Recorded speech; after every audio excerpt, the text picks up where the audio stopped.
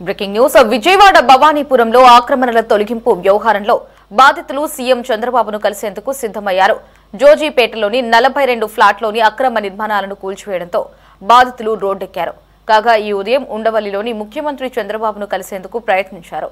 ముఖ్యమంత్రిని కలిసేందుకు అనుమతి లేదని సెక్యూరిటీ సిబ్బంది చెప్పడంతో అక్కడి నుంచి వెనుదిరిగారు. ఇక కష్టపడి కట్టుకున్న నివాసాలు కోల్పోయి రోడ్డున పడ్డామని ప్రభుత్వమే ఆదుకోవాలని కోరుతున్నారు.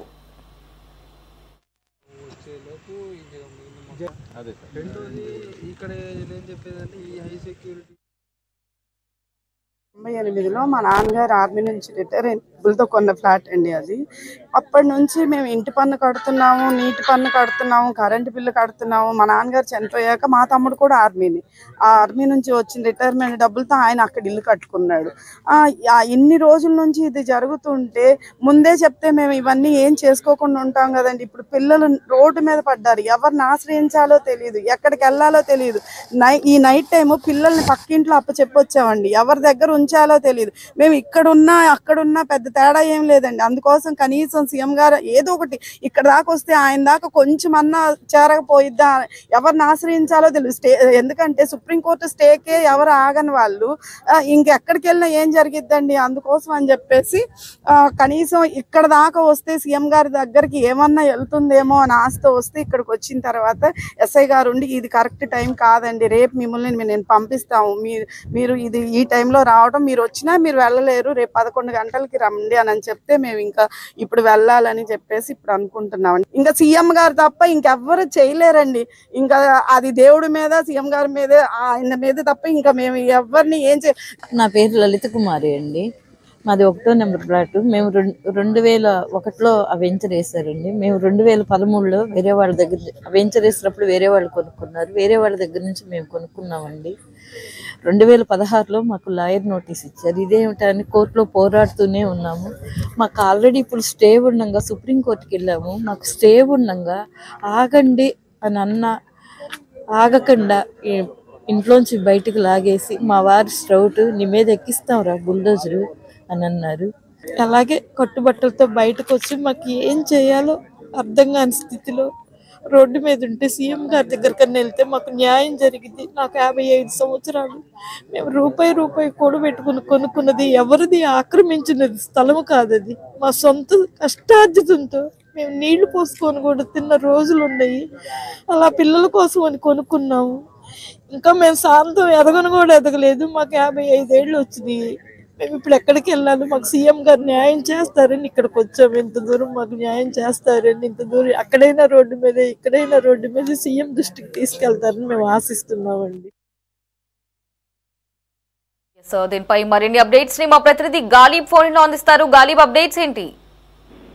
ఏదైతే ఉందో భవానీపురంలోని అక్రమ కట్టడాలంటూ కూడా నిన్న భారీ ఎత్తున మొత్తం 42 ఫ్లాట్లను కూల్చివేయడం జరిగింది. ఏదైతే లక్ష్మీరామ కోఆపరేటివ్ బిల్డింగ్ సొసైటీకి అనుకూలంగా కోర్టు తీర్పు ఇవ్వడంతో ఈ విధంగా అధికారులు చర్యలు చేపట్టారు. మొత్తం 42 ఫ్లాట్లు కూల్చివేయడంతో భారీ ఎత్తున బాధితులు రోడ్డున పడ్డారు. ప్రస్తుతం కన్నీరు మున్నీరు పెడుతున్న పరిస్థితి కనపడుతుంది. నిన్న కూల్చివేసే సమయంలో 2 అస్వస్థకు గురయ్యారు. ప్రస్తుతం వాళ్ళు ఆసుపత్రిలోని చికిత్స పొందుతున్నారు. అయితే ఈ ఘటన తర్వాత సీఎం చంద్రబాబు దృష్టికి తీసుకెళ్లేందుకు తమకు న్యాయం చేయాలంటూ కూడా చాలా మంది బాధితులు ఈ రోజు తెల్లవారుజామున ప్రాంతంలోని ముఖ్యమంత్రి నివాసం వద్దకు వెళ్లిన నేపథ్యంలో భద్రతా సిబ్బంది అడ్డుకున్నారు. అనుమతి లేదంటూ కూడా వాళ్ళని అక్కడి నుంచి పంపించారు.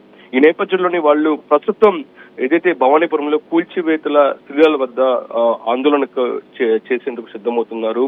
ఆ ప్రాంతంలోని తాము ఎటువంటి ముందస్తు నోటీసులు ఇవ్వకుండా ఈ విధంగా తమకు ఇల్లు గత కొన్ని 20 సంవత్సరాల నుంచి కూడా ఇదే ప్రాంతంలో నివాసం ఉంటున్నాం, సొంత ఇల్లు కట్టుకుని ఉంటున్నాము, ఏ విధంగా తమని కూల్చివేస్తారు అంటూ కూడా తమ ఇల్లంటూ కూడా ఆందోళనకు సిద్ధమవుతున్న పరిస్థితి కనబడుతుంది. కట్టుబట్టలతో రోడ్డున పడ్డామంటూ కూడా బాధితులు ఆవేదన వ్యక్తం చేస్తున్నారు.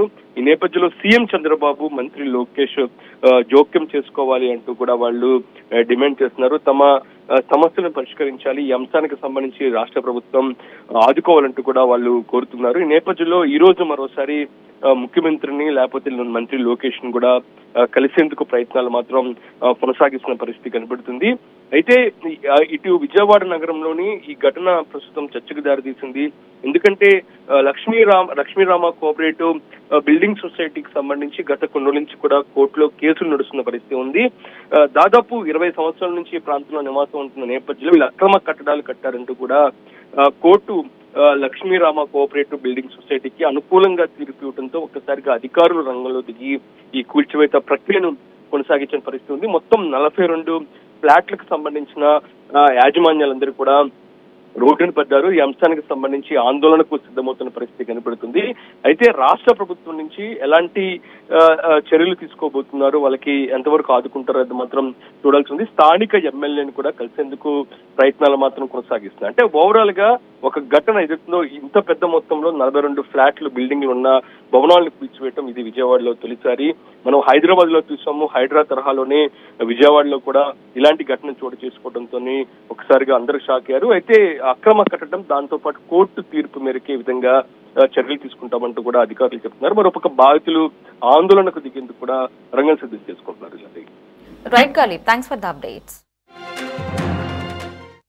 అక్కడ ఆ ఏరియా వేస్తాను కాదు, నేను అక్కడ ప్లేస్ లో మీతో మాట్లాడి నేను చేసేవాడిని కాదు. ఇక్కడ లోకల్ గా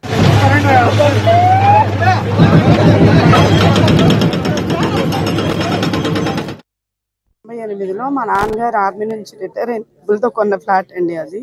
అప్పటి నుంచి మేము ఇంటి పన్ను కడుతున్నాము, నీటి పన్ను కడుతున్నాము, కరెంటు బిల్లు కడుతున్నాము. మా నాన్నగారు చనిపోయాక మా తమ్ముడు కూడా ఆర్మీని, ఆ ఆర్మీ నుంచి వచ్చిన రిటైర్మెంట్ డబ్బులతో ఆయన అక్కడ ఇల్లు కట్టుకున్నాడు.